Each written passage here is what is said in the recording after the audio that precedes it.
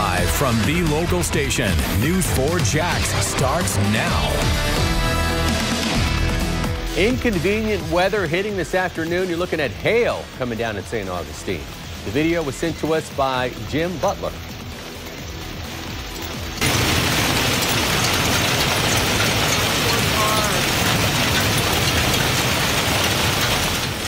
Sounds like glass falling out of the sky. You could hear someone in the background say, "My poor car," as the hail slammed against vehicles and the ground. Good afternoon. The hail also extended to Lake City this evening. A viewer sent us this photo. That is unbelievable. This is them holding a pretty decent size of hail. That's like a golf ball size. It is huge. Yeah. It takes up about half of this person's hand, as you see there. You know, it was a very active weather day in Northeast Florida. There have been tornado warnings and reports of damage throughout the region. While the warnings have expired, it's not time to let your guard down. Chief Weather Authority meteorologist John Gahn standing by. Around what time will the second round of storms be here, John? Yeah, I mean, we're talking about multiple rounds of storms. Now, the first set of storms, there were two big ones. These are what we call prefrontal storms, and about 9 times out of 10, these don't tend to be all that severe. But today, there were two individual storms. Lake City, the golf ball size. You saw the one in the guy's hand. Now, that'll do some damage to some cars. And then the other one was down there in St. Augustine. Those two individual severe storms, they rolled through. They're now way up here to the north. Also, notice what you're looking at right here. That is drone video. See those little white planks? Well, what appears to have been a tornado, I'm pretty convinced it was, a fairly weak one at that, but it did bust up a fencing, which then you could see a lot of the debris getting thrown up onto those other area fencing over on that next little paddock area. And again, don't see a lot of tree damage here, so I don't believe this particular storm produced much of an EF other than 0 tornado, if that. Of course, the National Weather Service will go out there and make their final analysis on this sometime in the next 24 hours, and we'll hear back from them soon. Individual thunder showers still going on. Well, right now, they're mainly just rain showers right around the Jacksonville area. But these other showers, this line back out here to the west is what we're going to be tracking all the way through the overnight hours, at least between now and about midnight, where, again, we have a tornado watch in effect for Jacksonville, and that's going to extend for the next 4 hours as we get all the way through about 10 o'clock. I would not be surprised if that tornado watch gets extended. Notice these areas of back out west here, including Lake City, about to get more rain. Tark, the good news is the area that was so impacted, that video you saw just now, that drone video and the hail with that big, huge chunk, those areas in Lake City, Columbia County are not likely to see much in terms of severe weather. In fact, at this very second, there are no severe thunderstorm warnings near that area. You can see there are warnings way down south. We'll track a little bit more of the timing for Jacksonville coming up here in the big weather in about 8 minutes. I'll have that coming up. John, thank you. All right, happening tomorrow, potential weather threats are going to delay the opening of Georgia's government offices. Governor Brian Kemp released a statement this afternoon, which reads in part, "My office is postponing the opening of all state offices for 2 hours on Tuesday, February 16th, due to potential inclement weather. I encourage all school systems to monitor the situation closely and make decisions on any potential closures in coordination with their local emergency management officials."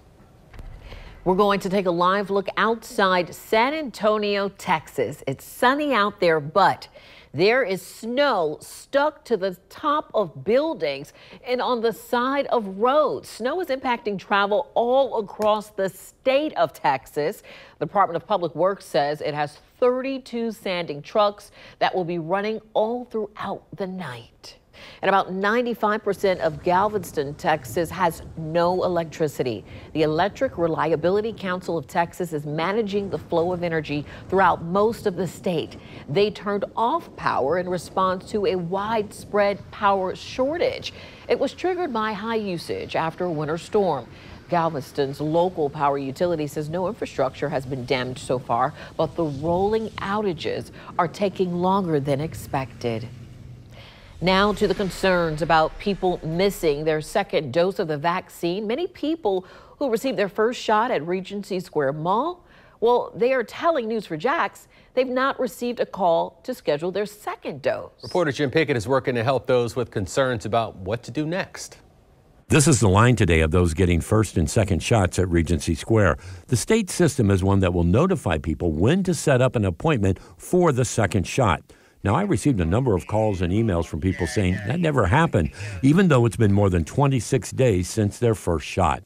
Over the weekend, the state sent out this tweet and notice saying those who got the first shot between January 20th and January 25th that have not gotten a call to schedule for the second dose should just show up with an ID and their vaccination card at 3 to 4:30 for that shot.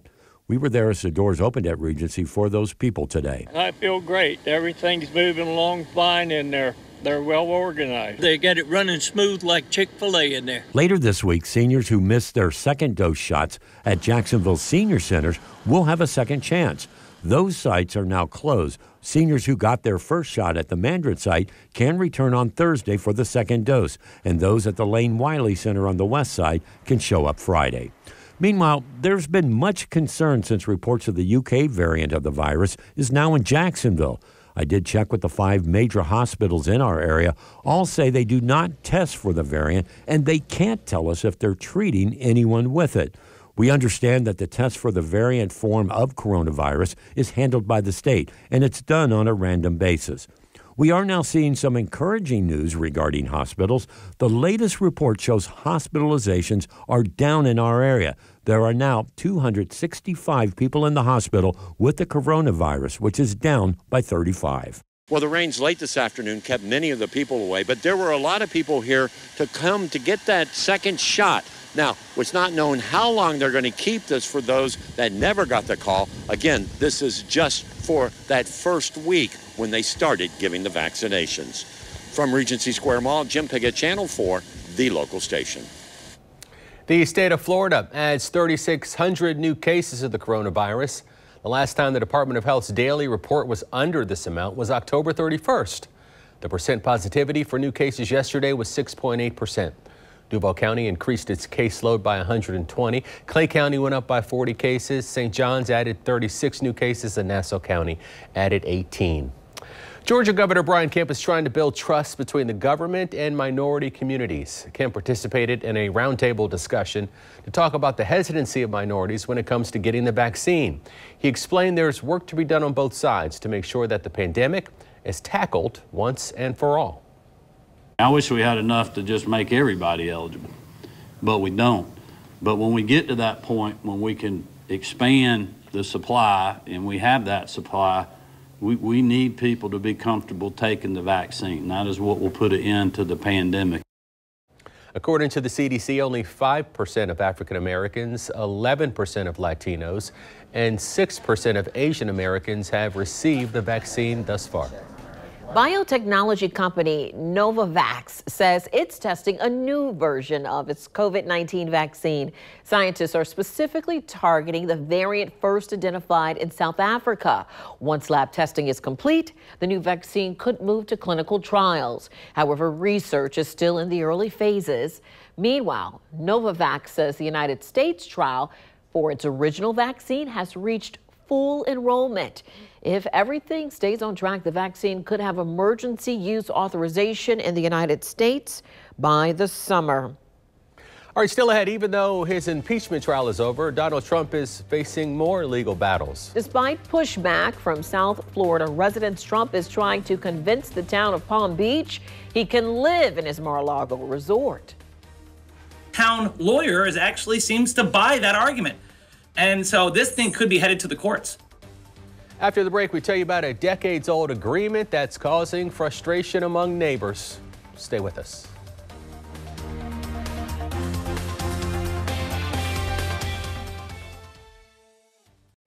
While Donald Trump's legal team was defending him in Washington against impeachment, different lawyers were in Florida fighting over his residency. Trump has been living at his members-only Club Mar-a-Lago since he left office. However, Palm Beach residents say he's in breach of the contract. When Trump transformed the private residence into a business in 1993, he agreed that members could live at the club for no more than 21 days a year. Now, Trump's lawyers say he's no longer a member, but an employee. Zoning laws allow employees to live at the clubs they work at or own, but That reasoning is not sitting well with neighbors. The Palm Beach Town Council is expected to revisit the issue in the spring. Exact Track 4D, the Weather Authority's secret weapon against severe storms. The most cutting-edge weather technology in Northeast Florida and South Georgia. So it's a 2 for Monday. First round, unexpectedly quite severe in spots. 2 severe storms. The rest of it just had some moderate rain, and of course it's turned into a pretty ugly afternoon. So that was somewhat expected. But it's the second round of storms that we're now going to track. You can see the line of them going all the way out there into the Gulf of Mexico. New severe thunderstorm warning out there towards Levy County. It's an indication some of the heavier, I think it's Dixie now I think about it, but anyway, it's back out there along the Gulf Coast. So we see the next round of severe storms, and these storms will continue to march towards Jacksonville. And it's just a matter of time. Right now, it still looks like it's a good number of about 6:45 right now. I would say anytime after around 8:45 tonight in Duval County, do anticipate downpours, some possibilities of severe weather. I'll break it down for you tomorrow, but at this moment, these are just moving on off towards the east-northeast at a very high rate, right around 40 miles an hour. And none of this is all that terribly severe at this moment, but we will be watching that possibility. Reaching out towards Lake City, light rain reaching Lake City now. And of course, they were in one of the 2 locations that got pounded here by a severe thunderstorm. They had that possible tornado just west of Lake City. But it is also this rain area and the heavier rains, which is in the red here. These red individual cells are the ones that we're going to watch out for the potential of them being severe.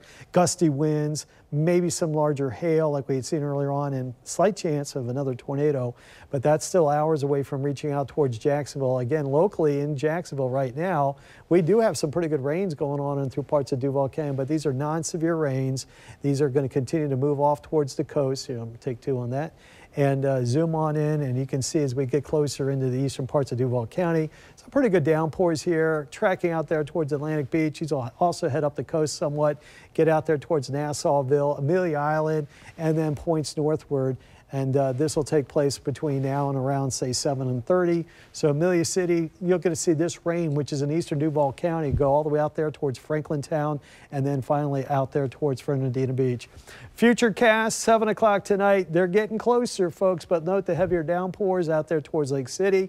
That'll move out towards Jacksonville. This is 9 o'clock. Some of the heavier rains going through the downtown at 9 o'clock. There's 10 o'clock. 11 o'clock getting off the coast, and finally these storms will weaken as they get closer to the Jacksonville area. Again, the weather alert in effect right now for that tornado watch, which will be around through about 10 o'clock. Moving into Jacksonville around 9 o'clock, looking for about 1 to 3 hours of moderate to heavy rains. Just stay off the roads. I would just kind of hunker down between 8 and 11 here tonight. To more flooding possibility. These are backyard flooding issues that we're talking about, over swamped, saturated grounds, and we're tacking on more rain, which is not good. Isolated severe, as I mentioned, there's a slight chance for a severe thunderstorm, and that would take place again between, say, 8 o'clock and about 10 o'clock tonight. 67 tomorrow. The sun does come back out tomorrow. Wednesday looking okay. Rain chances build up on Thursday. Also, note the daytime high here, getting close to around 80 degrees on Thursday. Then we get another cool front to come through on Friday. A chill down going into the weekend. But Janice, at least this weekend, the first in many weekends, will be quiet with daytime temperatures kind of cool and sunny skies. John, looking forward to it. Well, the Daytona 500 winner overcame long odds to win NASCAR's biggest race. Coming up, Culpepper has more on the unlikely champion after the break.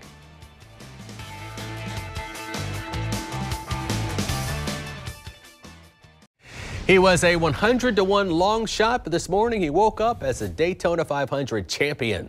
Culpepper, NASCAR's biggest race produced a little-known champion. No doubt about it. Even if you're a pretty big NASCAR fan, you might not immediately recognize this face. That is Michael McDowell. And before the wee small hours this morning, he had never won a NASCAR Cup race. But at the end of the Daytona 500, delayed by weather for 5.5 hours, McDowell picked up his first Cup win and became a Daytona 500 champion in unusual circumstances. Here's how it went down. On the final lap, McDowell in third in the yellow, number 34 car. Joey Logano and Brad Keselowski touched and spun out. That brought out the caution, and under NASCAR rules, if there's a caution on the final lap, The driver who is in the lead at the moment the caution comes out is the winner. In this case, it was McDowell, whose best Cup finish in a race had been 7th previously. We now find his name on the Harley J. Earl Trophy as a Daytona 500 champion. You know, Daytona's been so good to us that we've been in the top 10, we've been in the top 5, we've been close. And, you know, last lap, there's been times where I've made the wrong choice and wrong lane and pushed the wrong guy. And it's just so hard to get in position and to do it. And, you know, to get my first Cup win at Daytona, it's unbelievable. I'm just so thankful. As we first told you last week, tickets to the Players will go on sale to the general public tomorrow. This year, they're limiting tickets to 20% of the maximum capacity. And now we know the pricing for each day of the Players. For the practice rounds, Tuesday and Wednesday, March 9th and 10th, tickets are $25 per day. That's a great price. Then when the tournament begins, round 1, tickets are $70 for Thursday, March 11th. Of course, Friday and Saturday, big social days at the Players, maybe a little bit less this year. Tickets for both of those days are $80. That's the most expensive ticket of the tournament. And for Sunday's final round, tickets cost the same as the first round, $70. You can purchase your tickets online at theplayers.com/tickets starting at 10 a.m. tomorrow. Former Tampa Bay Buccaneer wide receiver Vincent Jackson was found dead in a hotel room near Tampa today. The Hillsborough County Sheriff's Office says Jackson was reported missing by his family on February 10th. 2 days later, officers found Jackson at the hotel and spoke with him. After assessing his well-being, the missing persons case was canceled. Jackson was found dead in the hotel room late this morning by a housekeeper. Deputies say there is no sign of trauma. Jackson played in the NFL from 2005 to 2016, including the last 5 years of his career with the Buccaneers. He made 3 Pro Bowls and still holds the Bucs record for most receiving yards in a game. The Jaguars today announced 2 additions to the personnel staff, including a former local high school football star. Ryan Stamper has been officially announced. That was a name that was reported weeks ago. Stamper was a star linebacker at First Coast High School and then with the University of Florida. You see him there with Charlie Strong, who's Urban Meyer's assistant head coach now. Stamper comes to the Jaguars from Ohio State, where he worked for Meyer and then under current head coach Ryan Day. The other hire is Tom Gamble, who worked with Trent Baalke before. He's joining the Jaguars as the director of player personnel. Tonight, Florida State faces off against Virginia in a matchup of the top 2 teams in the ACC basketball standings. If the Noles can win, they'll become just the second team to beat the Cavs in conference play. They're exceptional offensively. They don't do that much, but what they do is do it over and over and over. And they say, we're going to do what we do. If you can stop us, you can win. If you make a mistake, we're going to score. Both teams ranked in the top 25. It'd be a big win for the Seminoles if they can pull it off tonight. Janice? Thank you, Cole. We want to see that win. A 24-year-old is enjoying a major achievement. She broke the record for world's biggest drawing. After the break, we tell you why some are especially impressed by the way that she broke this record. Stay with us.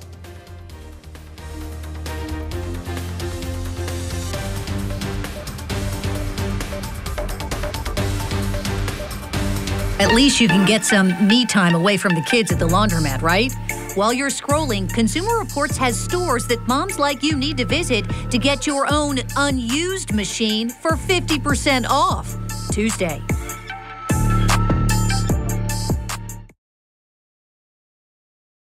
An artist in Philadelphia is the owner of the world's largest drawing by an individual. All she had at her disposal were black markers. Diamond Whipper Young's creation spans 6,450 square feet. This breaks the previous record by 350 square feet. It took the 24-year-old 63 hours over the course of 5 days to complete. Pretty cool. It is. Thanks so much for joining us this evening. The news continues on news4jax.com. We'll continue your weather coverage as well. We'll see you tonight at 10.